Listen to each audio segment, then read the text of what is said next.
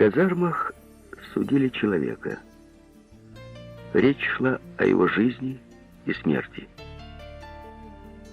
Это был старик-индеец с реки Белая Рыба, впадающий в Юкон пониже озера Лебарж. Его дело взволновало весь Доусон, и не только Доусон, но и весь Юконский край на 1000 миль в обе стороны по течению. Пираты на море и грабители на земле, англосаксы, издавна несли закон покоренным народам, и закон этот подчас был суров. Но тут, в деле Имбера, закон впервые показался и мягким, и снисходительным. Он не предусматривал такой кары, которая с точки зрения простой арифметики соответствовала бы совершенным преступлениям. Что преступник заслуживает высшей меры наказания, в этом не могло быть никаких сомнений. Но хотя такой мерой была смертная казнь, Имбер мог поплатиться лишь одной своей жизнью, в то время как на его совести было множество жизней. В самом деле, руки Имбера были обогрены кровью стольких людей, что точно сосчитать его жертвы оказалось невозможно. Покуривая трубку на привале в пути или бездельничая у печки, жители края прикидывали, сколько же приблизительно людей загубил этот старик. Все, буквально все эти несчастные жертвы были белыми. Они гибли и поодиночке, и подвое, и целыми группами. Убийства были так бессмысленны и бесцельны, что долгое время они оставались загадкой для королевской конной полиции даже тогда, когда на реках стали добывать золото, и правительство Доминиона прислало сюда губернатора, чтобы заставить край платить за свое богатство. Но еще большей загадкой казалось то, что Имбер сам пришел в Доусон, чтобы отдать себя в руки правосудия. Поздней весной, когда Юкон ревел и метался в своих ледяных оковах, старый индеец свернул с тропы, проложенной по льду. С трудом поднялся по береговому откосу и, растерянно мигая, остановился на главной улице. Все, кто видел его появление, заметили, что он был очень слаб. Пошатываясь, он добрался до кучи бревен и сел. Он сидел здесь весь день, пристально глядя на бесконечный поток проходивших мимо белых людей. Многие с любопытством оглядывались, чтобы еще раз посмотреть на него. А кое у кого этот старик Сиваш со странным выражением лица вызывал даже громкие замечания. Впоследствии десятки людей вспоминали, что необыкновенный облик индейца поразил их, и они до конца дней гордились своей проницательностью и чутьем на все необыкновенное. Однако настоящим героем дня оказался маленький Диккенсон. Маленький Диккенсон явился в эти края с радужными надеждами и с пачкой долларов в кармане. Но вместе с содержимым кармана растаяли и надежды. И чтобы заработать на обратный путь в Штаты, он занял должность счетовода в маклерской конторе Холбрук и Мейсон. Как раз напротив конторы Холбрук и Мейсон и лежала куча бревен, на которой уселся Имбер. Диккенсон заметил его, глянув в окно, перед тем, как отправиться завтракать. А позавтракав и вернувшись в контору, он опять глянул в окно. Старый Сиваш по-прежнему сидел на том же месте. Диккенсон то и дело поглядывал в окно. Потом он тоже гордился своей проницательностью и чутьем на необыкновенное. Маленький Диккенсон был склонен к романтике, и в неподвижном старом язычнике он увидел некое олицетворение народа Сивашей с непроницаемым спокойствием, взирающего на полчища англосаксонских захватчиков. Часы шли за часами, а Имбер сидел все в той же позе, ни разу не пошевельнувшись. И Диккенсон вспомнил, как однажды посреди главной улицы остановились нарты, на которых вот так же неподвижно сидел человек. Мимо него взад и вперед сновали прохожие, и все думали, что человек просто отдыхает. А потом, когда его тронули, оказалось, что он мертв и уже успел окоченеть, замерз посреди уличной толчии. Чтобы труп выпрямить, иначе он не влез бы в гроб, его пришлось тащить к костру и оттаивать. Диккенсона передернуло при этом воспоминании. Немного погодя, Диккенсон вышел на улицу выкурить сигару и проветриться. И тут-то через минуту появилась Эмили Трэвис. Эмили Трэвис была особо изысканной, утонченной, хрупкой. Одевалась она, будь это в Лондоне или в Клондайке, так, как подобало дочери горного инженера, обладателя миллионов. Маленький Диккенсон положил свою сигару на выступ окна и приподнял над головой шляпу. Минут 10 они спокойно болтали, но вдруг Эмили Трэвис посмотрела через плечо Диккенсона и испуганно вскрикнула. Диккенсон поспешно оглянулся и сам вздрогнул от испуга. Имбер перешел улицу, и точно мрачная тень стоял совсем близко, впившись недвижными глазами в девушку.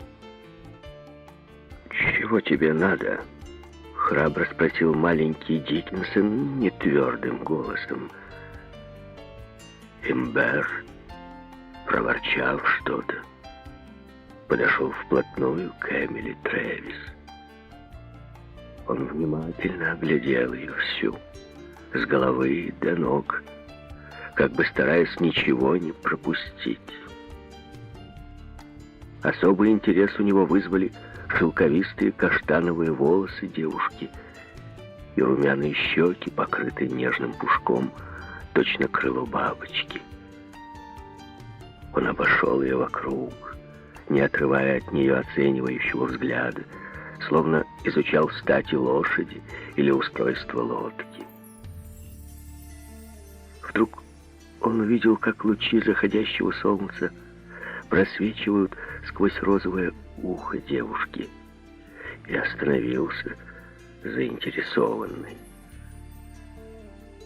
Потом он снова принялся осматривать ее лицо и долго пристально вглядывался в ее голубые глаза.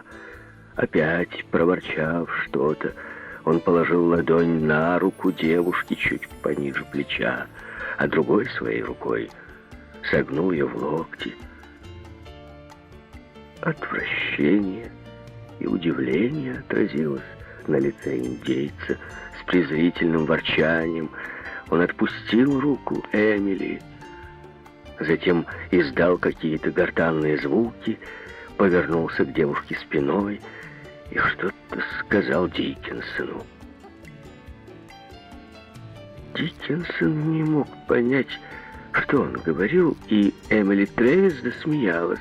Имбер, хмуря брови, обращался то к Диккенсону, то к девушке, но они лишь качали головами. Он уже хотел отойти от них, как девушка крикнула: «Эй, Джимми, идите сюда!» Джимми приближался с другой стороны улицы. Это был рослый и неуклюжий индеец, одетый по обычаю белых людей в огромной широкополой шляпе, какие носят короли Эльдорадо. Запинаясь и словно давясь каждым звуком, он стал говорить с Имбером.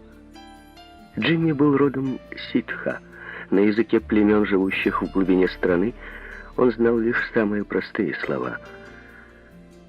«Он от племя Белая Рыба», — сказал он Эмили Трэвис. «Я понимаю его язык не очень хорошо. Он хочет, видать, главный белый человек». «А, губернатора», — подсказал Диккенсон. Джимми обменялся с человеком из племени Белая Рыба еще несколькими словами, и лицо его приняло озабоченное и недоуменное выражение. «Я думаю, ему надо капитан Александр», — заявил Джимми. «Он говорит, он убил белый человек, белая женщина, белый мальчик, убил много-много белый человек. Он хочет умирать». «О, вероятно, сумасшедший», — сказал Диккенсон. «Это что есть?» — спросил Джимми. Диккенсон, будто протыкая себе череп, приставил к колбу палец и с силой покрутил им. может быть», — сказал Джимми, поворачиваясь к Имберу, все еще требовавшему главного белого человека. Подошел полисмен из королевской конной полиции. В Клондайке она обходилась без коней. И услышал, как Имбер повторил свою просьбу. Полисмен был здоровенный детина, широкий в плечах, с мощной грудью и стройными крепкими ногами. Как невысок был Имбер, полисмен на полголовы был выше его. Глаза у него были холодные, серые, взгляд твердый, в осанке чувствовалась та особая уверенность в своей силе, которая идет от предков и освящена веками. Великолепная мужественность полисмена еще более выигрывала от его молодости. Он был совсем еще мальчик, и румянец на его гладких щеках вспыхивал с такой же быстротой, как на щеках юной девушки. Лишь на полисмена и смотрел теперь Имбер. Какой-то огонь сверкнул в глазах индейца, как только он заметил на подбородке юноши рубец от удара саблей. Своей высохшей рукой он прикоснулся к бедру полисмена и ласково провел по его мускулистой ноге. Костяшками пальцев он постучал по его широкой груди, потом ощупал плотные мышцы, покрывавшие плечи юноши. Словно терраса, вокруг них уже толпились любопытные прохожие, золотоискатели, жители гор, пионеры девственных земель, все сыны длинноногой широкоплечьей расы. Имбер переводил взгляд с одного на другого, потом что-то громко сказал на языке племени Белая Рыба. «Что он говорит?» — спросил Диккенсон. «Он сказал, все эти люди как один, как это полисмен», — перевел Джимми. Маленький Диккенсон был мал ростом, и потому он пожалел, что задал такой вопрос в присутствии мисс Трэвис. Полисмен посочувствовал ему и решил прийти на помощь. «Пожалуй, у него что-то есть на уме. Отведу-ка я его к капитану. Скажи ему, Джимми, чтобы он шел со мной. Со мной». Джимми снова стал давиться, а Имбер заворчал, но вид у него был весьма довольный. «Спросите-ка его, Джимми, что он говорил и что думал, когда взял меня за руку». Это сказала Эмили Трэвис, и Джимми перевел вопрос, получил ответ. «Он говорил, вы не трусливый». При этих словах Эмили Трэвис не могла скрыть своего удовольствия. Он говорил: «Вы не скукум, совсем не сильный. Вы такой нежный, как маленький ребенок. Он может разорвать вас руками на маленькие куски».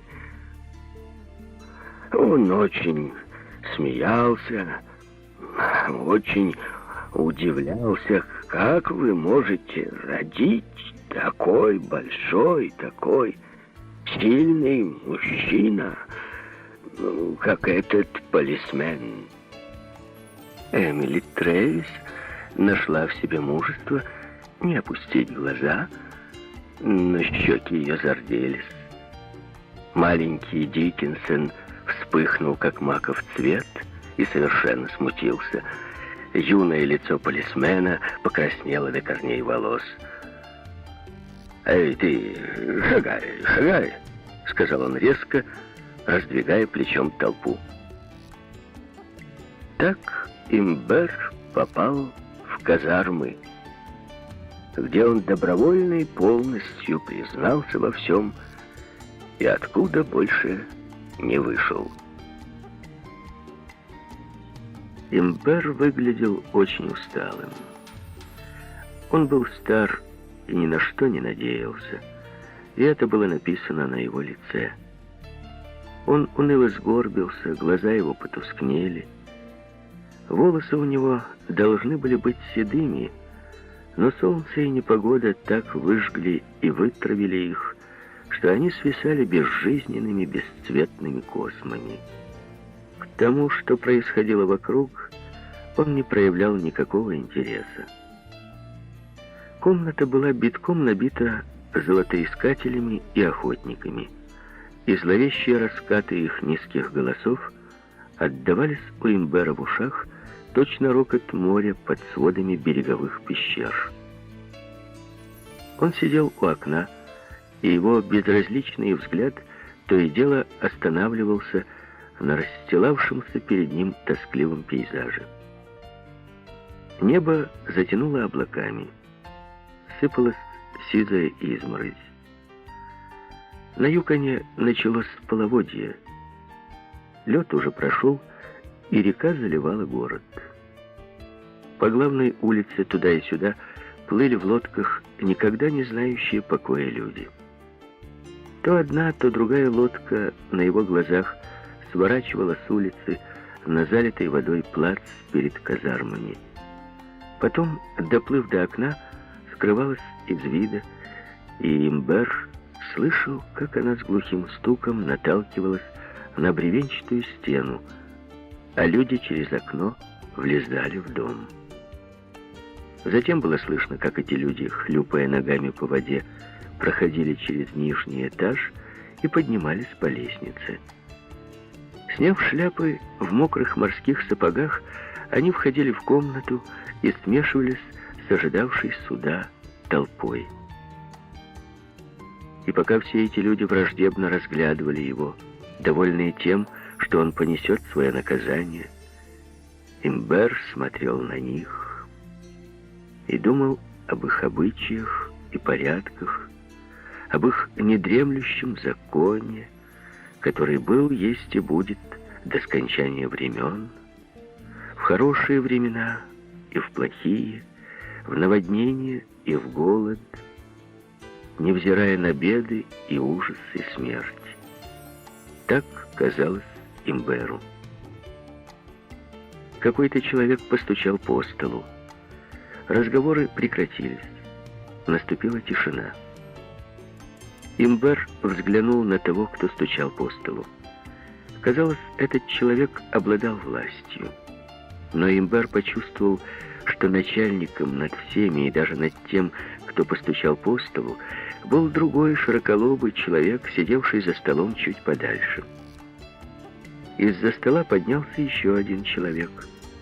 Взял много тонких бумажных листов и стал их громко читать.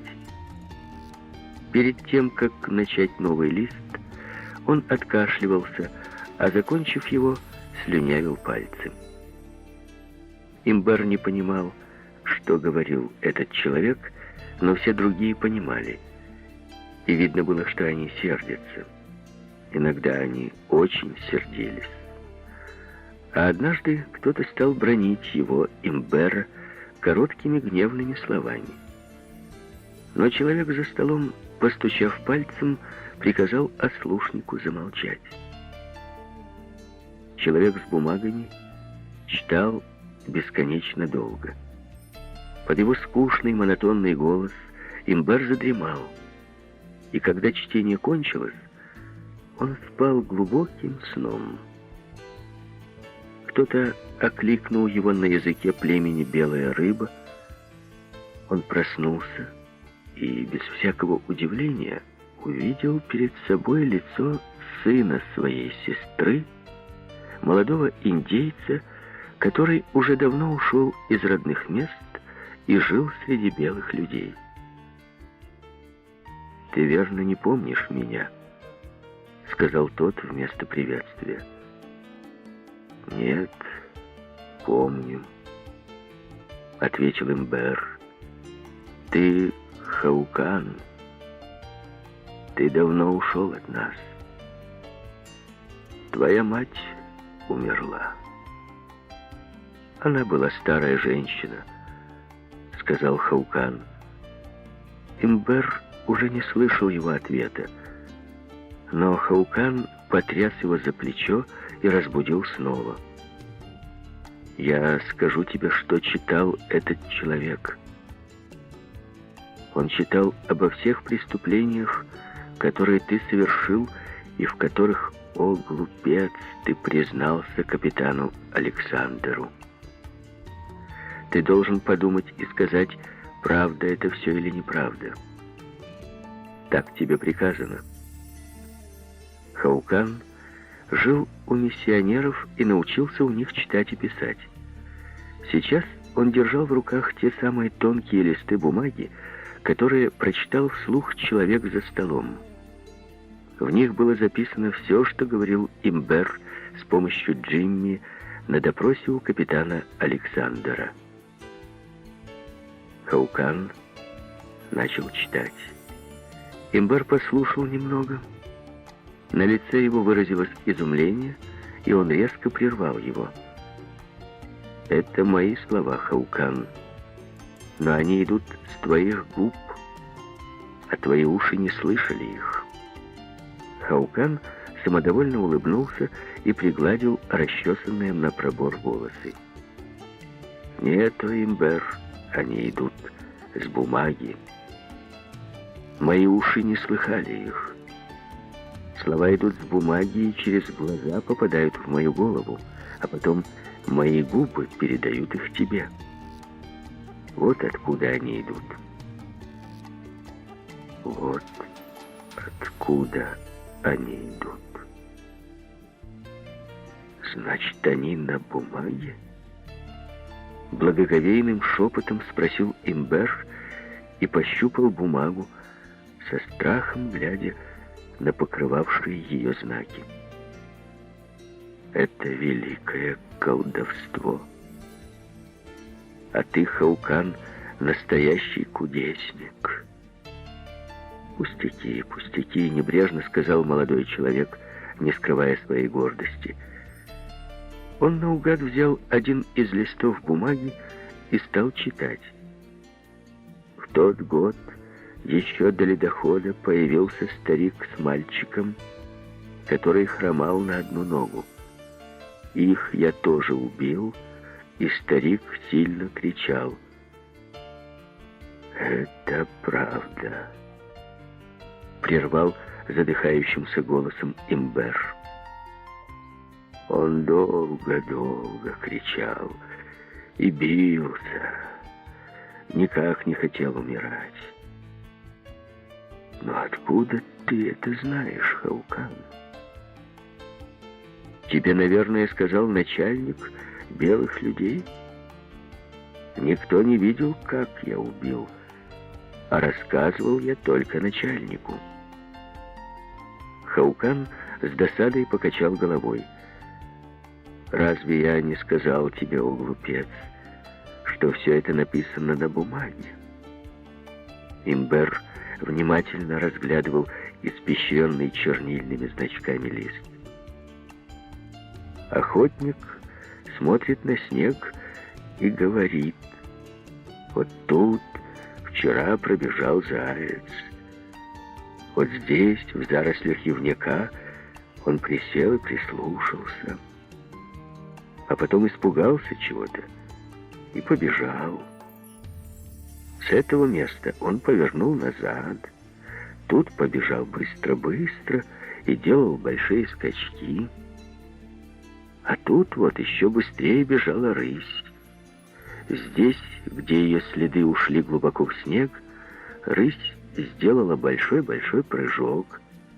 Тут она настигла зайца и перевернулась на спину. Дальше идут следы одной рыси, а зайца уже нет. Как охотник глядит на следы на снегу и говорит, что тут было то, а тут это. Так и ты глядишь на бумагу и говоришь, что здесь то, а там это. И что все это сделал старый Имбер?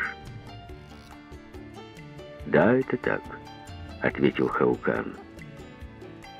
«А теперь слушай хорошенько и держи свой бабий язык за зубами, пока тебе не прикажут говорить». И Хаукан долго читал Имберу его показания, а тот молча сидел, уйдя в свои мысли.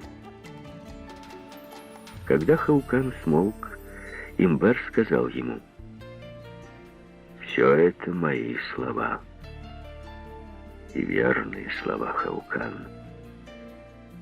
Но я стал очень стар, и только теперь мне вспоминаются давно уже забытые дела, которые надо бы знать начальнику. Слушай, раз из-за ледяных гор пришел человек. У него были хитрые железные капканы. Он охотился за бобрами на реке Белая Рыба. Я убил его. Потом были еще 3 человека на реке Белая Рыба, которые искали золото. Их я тоже убил и бросил росомахом. И еще у 5 пальцев я убил человека. Он плыл на плоту, и у него было припасено много мяса. Когда Имбер умолкал на минуту, припоминая, Хаукан переводил его слова, а клерк записывал. Публика довольно равнодушно внимала этим бесхитростным рассказам, из которых каждый представлял собой маленькую трагедию. До тех пор, пока Имбер не рассказал о человеке с рыжими волосами и косым глазом, которого он сразил стрелой издалека. «Черт побери!» — произнес один из слушателей в передних рядах. Горе и гнев звучали в его голосе. У него были рыжие волосы. «Черт побери!» — повторил он. «Да это же мой брат Билл!» И пока шел суд, в комнате время от времени раздавалось гневное «Черт побери!».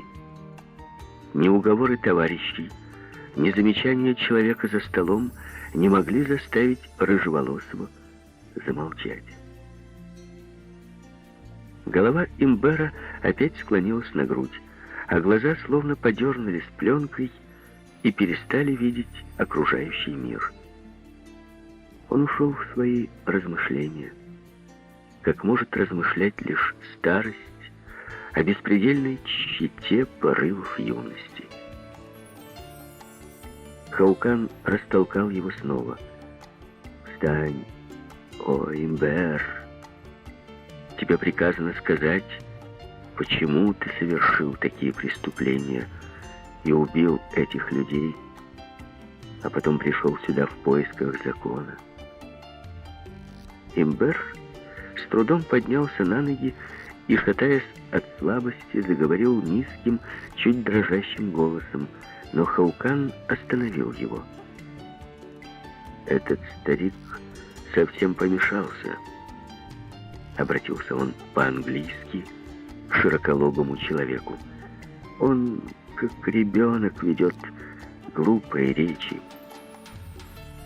Мы хотим выслушать его глупые речи», — заявил широколобый человек. «Мы хотим выслушать их до конца, слово за словом. Ясно тебе?» Хаукану было ясно. Имбер сверкнул глазами.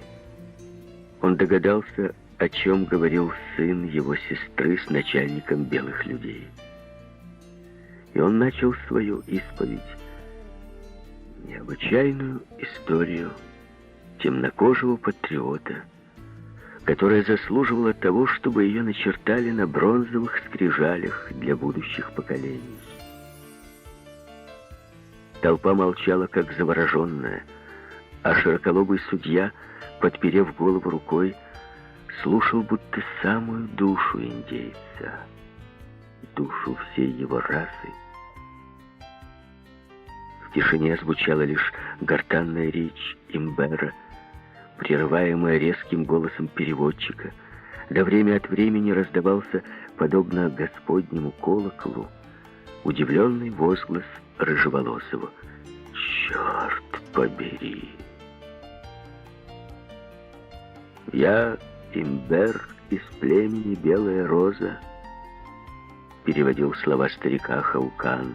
Дикарь проснулся в нем, и налет цивилизации, привитой миссионерским воспитанием, сразу рассеялся, как только ухо его уловило в речи Имбера знакомый ритм и распев.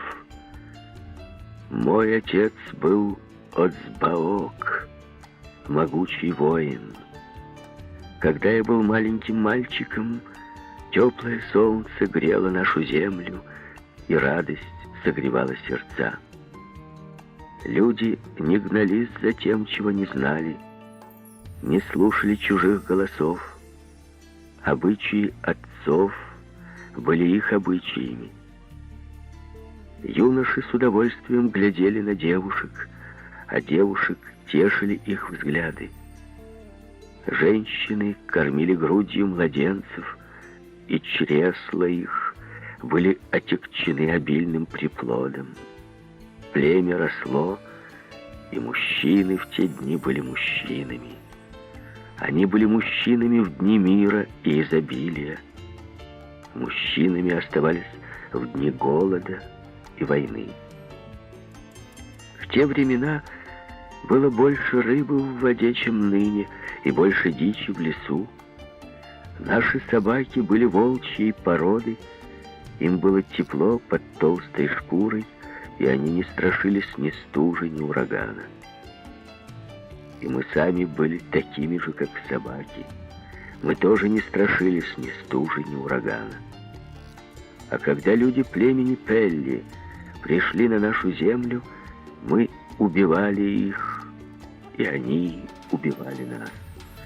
Ибо мы были мужчинами, мы люди племени Белая Роза.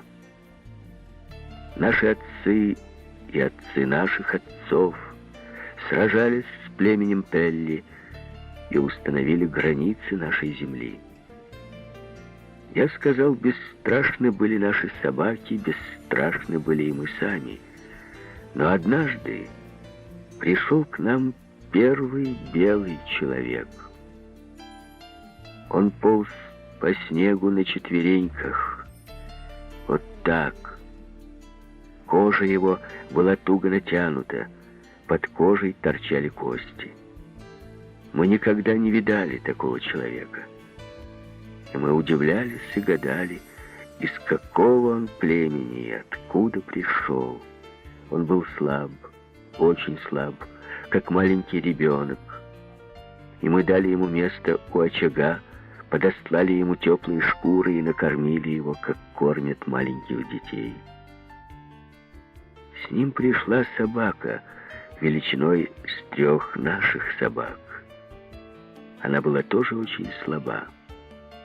Шерсть у этой собаки была коротка и плохо грела, а хвост обморожен, так что конец у него отпал.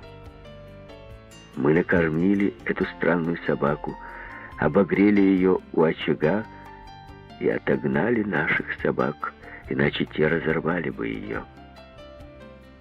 От оленьего мяса и вяленой лососины к человеку и собаке понемногу вернулись силы, и, набравшись сил, они растолстели и осмелели. Человек стал говорить громким голосом и смеяться над стариками и юношами, и дерзко смотрел на девушек.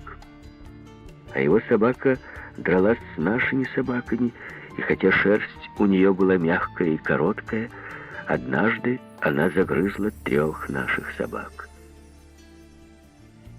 Когда мы спрашивали этого человека, из какого он племени, он говорил: «У меня много братьев», и смеялся нехорошим смехом. А когда он совсем окреп, он ушел от нас. И с ним ушла Нода, дочь вождя. Вскоре после этого у нас ощенилась одна сука. Никогда мы не видали таких щенков. Они были большеголовые, с сильными челюстями, с короткой шерстью и совсем беспомощные. Мой отец, Оцбаок, был могучий воин.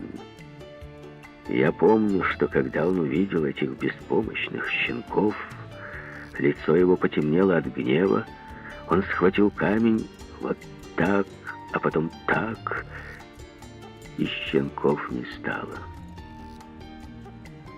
А через 2 лета после этого вернулась Нода и принесла на руках маленького мальчика. Так оно и началось. Потом пришел второй белый человек с короткошерстыми собаками. Он ушел, а собак оставил. Но он увел 6 самых сильных наших собак, за которых дал Кусоти, брату моей матери, удивительный пистолет. 6 раз подряд и очень быстро стрелял этот пистолет.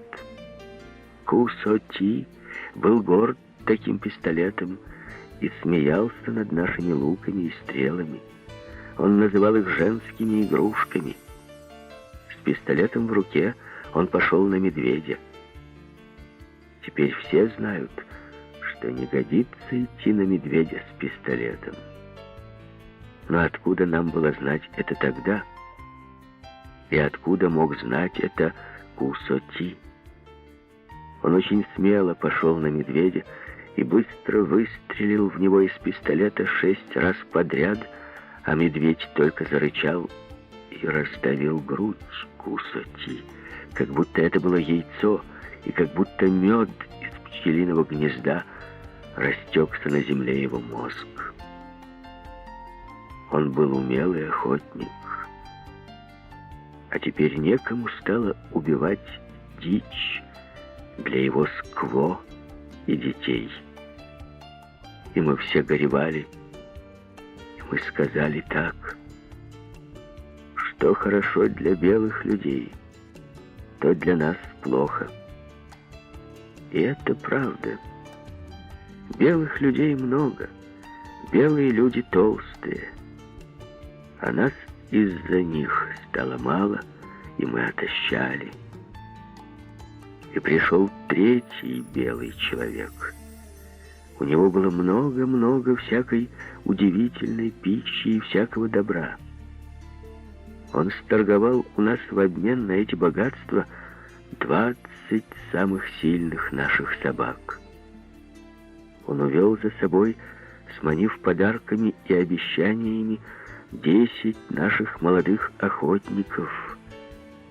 И никто не мог сказать, куда они ушли.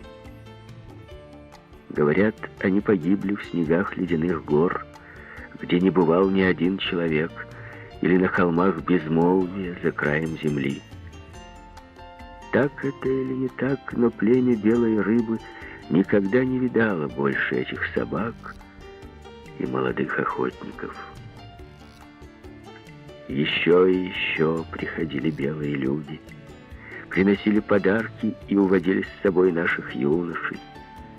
Иногда юноши возвращались назад, и мы слушали их удивительные рассказы о тяготах и опасностях, которые им пришлось испытать в далеких землях, что лежат за землей племени Пелли.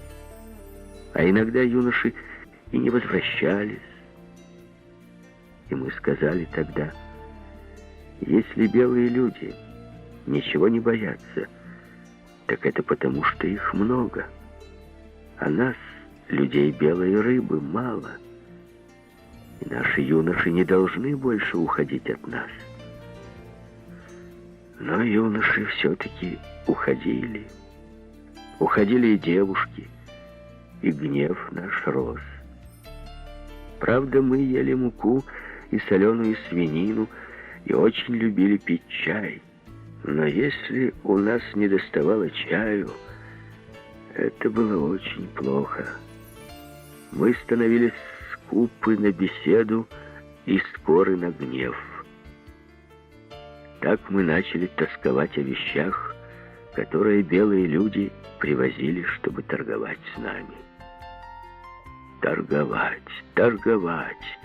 Мы только и думали, что о торговле.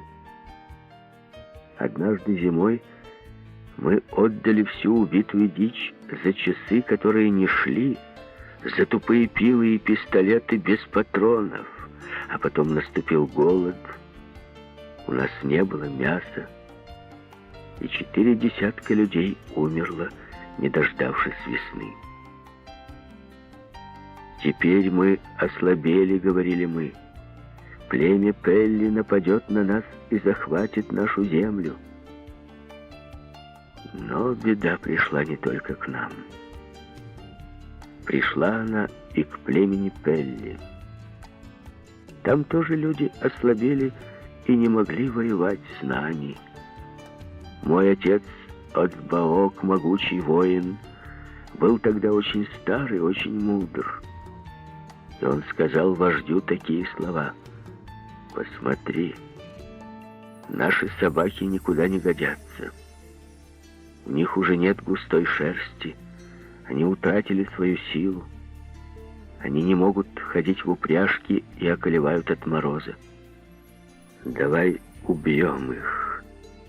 Оставим одних только сук волчьей породы, а их отвяжем и отпустим на ночь в лес, чтобы они там спарились с дикими волками. И у нас опять будут сильные собаки с теплой шкурой». И вождь послушался этих слов. И скоро племя белой рыбы прославилось своими собаками, лучшими во всем краю. Но только собаками, не людьми. Лучшие наши юноши и девушки уходили от нас с белыми людьми, неведомо куда, по дальним тропам и рекам. Девушки возвращались, как возвратилась Нода, хворыми и состарившимися, или не возвращались вовсе. А если возвращались юноши, то они недолго сидели у наших очагов. В своих странствиях они научились дурным речам и дерзким замашкам, пили дьявольское питье и день и ночь играли в карты, и по первому зову белого человека они вновь уходили в неведомые страны. Они забыли о долге уважения к старшим, никому не оказывали почета, они глумились над нашими старыми обычаями и смеялись в лицо и вождю, и шаманам. Я сказал, что мы, люди племени Белая Роза, стали слабыми и немощными. Меха и теплые шкуры мы отдавали за табак, виски и одежду из тонкой бумажной ткани, в которой мы дрожали от холода. На нас напал кашель. Болели мужчины и женщины, Они кашляли и обливались потом всю ночь напролет, а охотники, выйдя в лес, харкали на снег кровью. То у одного, то у другого шла горлом кровь, и от этого люди быстро умирали. Детей, женщины рождали редко, и дети рождались хилые и хворые. Белые люди принесли нам и другие непонятные болезни, о которых мы никогда не слыхали. Мне говорили, что эти болезни называются оспой и корью. Мы гибли от них, как гибнут в тихих протоках лососи, когда они осенью кончат метать икру, и им больше незачем жить. И вот самое удивительное. Белые люди приносили нам смерть. Все их обычаи вели к смерти. Смертельно было дыхание их ноздрей, а сами они не знали смерти. У них и виски, и табак, и собаки с короткой шерстью. У них множество болезней, и оспа, и корь, и кашель, и кровохарканье. У них белая кожа, и они боятся стужи и урагана. У них глупые пистолеты, стреляющие 6 раз подряд. И несмотря на все свои болезни, они жиреют и процветают. Они наложили свою тяжелую руку на весь мир и попирают все народы. А их женщины, нежные, как маленькие дети, такие хрупкие на вид и такие крепкие на самом деле, к матери больших и сильных мужчин. И выходит, что изнеженность и болезни, и слабость обертываются силой, могуществом и властью. Белые люди либо боги, либо дьяволы. Я не знаю. Да и что могу я знать? Я старый имбер из племени Белая Роза. Я знаю одно. Их невозможно понять, этих белых людей, землепроходцев и воинов. Я сказал, что дичи в лесах становилось меньше и меньше. Это правда, что ружье белого человека очень хорошее ружье и бьет издалека. Но какая польза в ружье, если нет дичи? Когда я был мальчиком, на земле племени Белая Рыба лось попадался на каждом холме, а сколько каждый год приходило оленей Карибу, этого не сосчитать. Теперь же охотник может идти по тропе 10 дней, и ни один лось не порадует его глаз, а оленей Карибу, которых раньше было не сосчитать, теперь не стало вовсе. Я говорю, хоть ружье и бьет издалека, но мало от него пользы, если нечего бить. Я, имбер, думал об этом, видя, как погибает племя Белая Рыба. Погибает племя Пелли и все остальные племена края. Они погибали, как погибла в лесах дичь. Я думал долго. Я беседовал с шаманами и мудрыми стариками. Чтобы людской шум не мешал мне думать, я уходил из селения подальше в лес. А чтобы тяжесть желудка не давила на меня и не притупляла мое зрение и слух, я перестал есть мясо. Долго я просиживал в лесу, забывая о сне. Мои глаза ожидали знака, а мои чуткие уши старались уловить слово, которое должно было все разрешить. Один я выходил темной ночью на берег реки, где стонал ветер и плакала вода. Там, среди деревьев, я хотел встретить тени старых мудрецов, умерших шаманов, и у них просить совета. И в конце концов мне явилось видение. Отвратительные собаки с короткой шерстью. и я понял, что мне делать. По мудрости Оцбаока, моего отца и могучего воина, наши собаки сохранили в чистоте свою волчью породу, и у них были теплые шкуры, и хватало силы для того, чтобы ходить в упряжке. И вот я вернулся в селение и сказал свое слово воинам. Белые люди — это племя, очень большое племя, сказал я. В их земле не стало больше дичи, и они пришли на нашу землю, чтобы присвоить ее. Они сделали нас слабыми, и мы гибнем. Они очень жадные люди.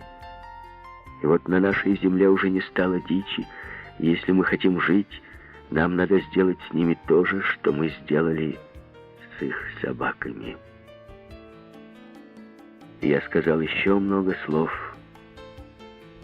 Я предлагал драться. А люди белые рыбы слушали меня, и один сказал одно, а другой другое. Кое-кто говорил совсем глупые слова, и ни от одного воина не услышал я слов отваги и войны. Юноши были трусливы и слабы, как вода, но я заметил, что в глазах молчаливо сидящих стариков вспыхнул огонь. И вечером, когда все селение уснуло, тайком я позвал стариков в лес, и там снова беседовал с ними. И мы пришли к согласию. Мы вспомнили дни нашей юности, дни изобилия и радости, и солнца, когда наша земля была свободна. Мы называли друг друга братьями. Мы дали слово строго хранить тайну и великой клятвой поклялись очистить нашу землю от злого племени, которое пришло к нам. Теперь ясно, что это было глупо. Но как мы могли это знать тогда? Мы, старики племени Белая Рыба. И чтобы подать пример другим и воодушевить их, я совершил первое убийство. Я залег на берегу Юкона и дождался там первого каноэ с белыми людьми. В нем сидели двое, и когда они увидели, что я встал и поднял руку, они изменили направление и стали грести к берегу. Но как только человек, сидевший на носу, поднял голову, чтобы узнать, чего мне нужно от него, моя стрела пронеслась по воздуху и впилась ему прямо в горло, и он узнал тогда, чего мне от него нужно. Другой человек, тот, что сидел на корме и правил, не успел приложить к плечу ружье, как я пронзил его своим копьем. 2 копья у меня еще оставалось. «Это первые», — сказал я подошедшим ко мне старикам. «Немного погодя, мы объединим всех стариков, всех племен, а потом и тех юношей, у которых есть еще в руках сила, и дело пойдет быстрее». Потом мы бросили убитых белых людей в реку, а их каноэ — это было очень хорошее каноэ. Мы сожгли и все вещи, какие были в каноэ. Но прежде мы осмотрели эти вещи, а они были в кожаных сумках, и нам пришлось их распарывать ножами. В сумках было очень много бумаг, вроде тех, которые ты читал, о Хаукан. И все они покрыты знаками. Мы дивились на эти знаки и не могли понять их. Теперь я стал мудрее и понимаю их. Это, как ты мне сказал, слова человека. Едва Хаукан перевел рассказ об убийстве 2 человек в каное, как наполнявшая комнату толпа заволновалась и зажужжала. «Это почта, которая пропала в 91 году», — раздался чей-то голос. «Ее везли Питер Джеймс и Дилани. Их обоих в последний раз видел Мэтьюз у озера Ле-Барж». Клерк усердно записывал, и к истории Севера прибавилась новая глава. «Мне осталось сказать немного», — медленно произнес Имбер. «На бумаге есть все, что мы совершили. Мы, старики, мы не понимали, что делали. Храня тайну, мы убивали и убивали. Мы убивали хитро, ибо прожитые годы научили нас делать свое дело не спеша, но быстро. Однажды пришли к нам белые люди. Они глядели на нас сердитыми глазами и говорили нам бранные слова. 6 нашим юношам они заковали руки в железо и увели их с собой. Тогда мы поняли, что мы должны убивать еще хитрее и еще больше. И мы, старики, один за другим уходили вверх и вниз по реке в неведомые края. Для такого дела требовалась смелость. Хотя мы были стары и уже ничего не боялись, все же страх перед далекими чужими краями — великий страх для стариков. Так мы убивали, не торопясь и с большой хитростью. Мы убивали и на Челкуте, и у Дельты, на горных перевалах и на морском берегу, везде, где только разбивал свою стоянку или прокладывал тропу белый человек. Да, белые люди умирали, но для нас это было бесполезно. Они все приходили и приходили из-за гор. Их становилось все больше и больше, а нас, стариков, становилось все меньше.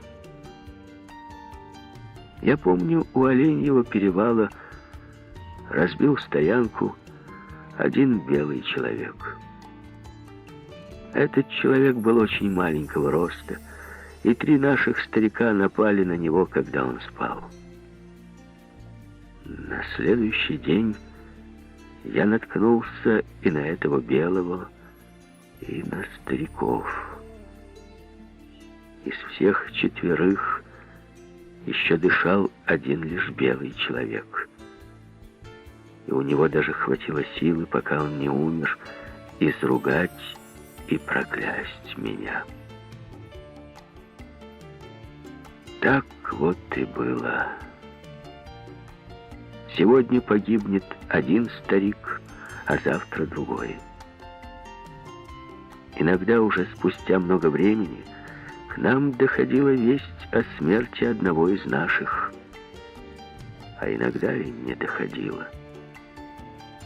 А старики других племен были слабы и трусливы и не хотели помогать нам. Итак, сегодня погибал один старик, завтра другой, и вот остался только я.